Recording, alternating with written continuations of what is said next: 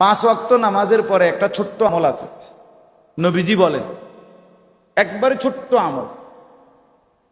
আমলটা কি? 10 বার সুবহানাল্লাহ পড়া, 10 বার আলহামদুলিল্লাহ পড়া, 10 বার আল্লাহু আকবার পড়া। 10 বার 10 বার কয়বার? এই 30 বার। সুবহানাল্লাহ 10, আলহামদুলিল্লাহ 10, আল্লাহু আকবার 10।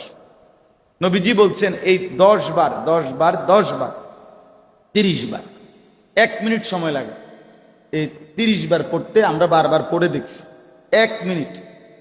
নবী সাল্লাল্লাহু আলাইহি সাল্লাম বলেন যে ব্যক্তি 5 ওয়াক্ত নামাজের পরে এই 10 বার 10 বার 30 বার পড়বে আর রাত্রে বেলা ঘুমাইবার সময় এই 3 তাসবিহ 100 বার পড়বে, 33 33 34, ঘুমাইবার সময় 100। আর 5 ওয়াক্ত নামাজের ফরজের পরপর 10 বার 10 বার 30 বার, 33 বারও আছে, আলাদা বর্ণনা আছে। নামাজের পরে 10 বারও আছে, একদম সহিহ হাদিস। তো নবীজি সাল্লাল্লাহু আলাইহি সাল্লাম বলছেন মান ইয়ামালু বিহিমা দাখালাল জান্নাহ। এই দুইটা আমল, একটা হলো রাত্রে বেলা 100 বার আর 5 ওয়াক্ত নামাজের ফরজের পরে কয়বার? 10 বার 10 বার 30 বার করে 1 মিনিট 1 মিনিট করে 5 মিনিট, আর রাত্রে লাগবে 3 মিনিট, এই 8 মিনিট। 5 ওয়াক্ত নামাজের পরে কয় মিনিট? 5 মিনিট, 1 মিনিট 1 মিনিট করে, আর রাতে 100 বার পড়তে লাগে 3 মিনিট। তাহলে 5 আর 3 কয় মিনিট হলো?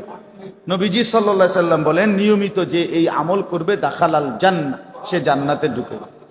কিন্তু নবীজি নিজে ওই হাদিসে বলছে কিন্তু এত সহজ আমল, কিন্তু অধিকাংশ মানুষ এর থেকে গাফেল।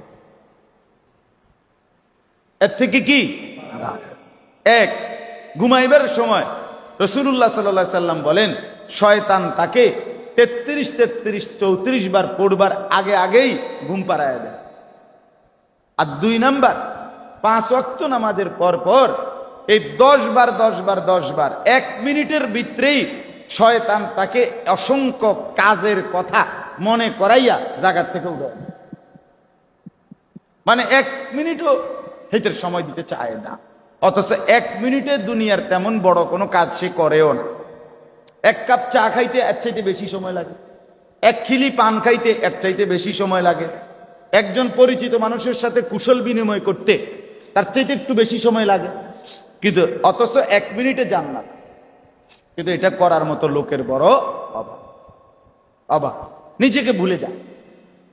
এই জন্য আমি বললাম আপনাদের কাছে প্রথম এই কথাটা, ইসলাহে নফস, নিজের ফিকির করা, নিজের ভালো, নিজের কল্যাণ, এটা জরুরি, এটা বাধ্যতামূলক। সংসার করতে করতে নিজের ঈমান আমলের খবর নাই, আপনি বেওকুফ, আপনি আহম্মক, আপনি বোকা, আপনি ফালতু মানুষ।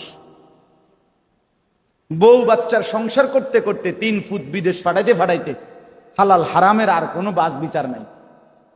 আপনি সংসার আর অভাব পূরণ করতে করতে সুদ, কিস্তি, হারাম 2 নম্বরই, ওজনে কম, ধান্দাবাজি, বাটপারি, চিটারির সব কামাই করে খোদার কসম এরপরও আপনি আপনার সংসারের প্রয়োজন শেষ করতে পারবেন না। আপনি যেদিন মরবেন সেদিনও ওই সংসারে অনেক কিছু বাকি থেকে যাবে যেগুলো এখনো কিনা হয় নাই।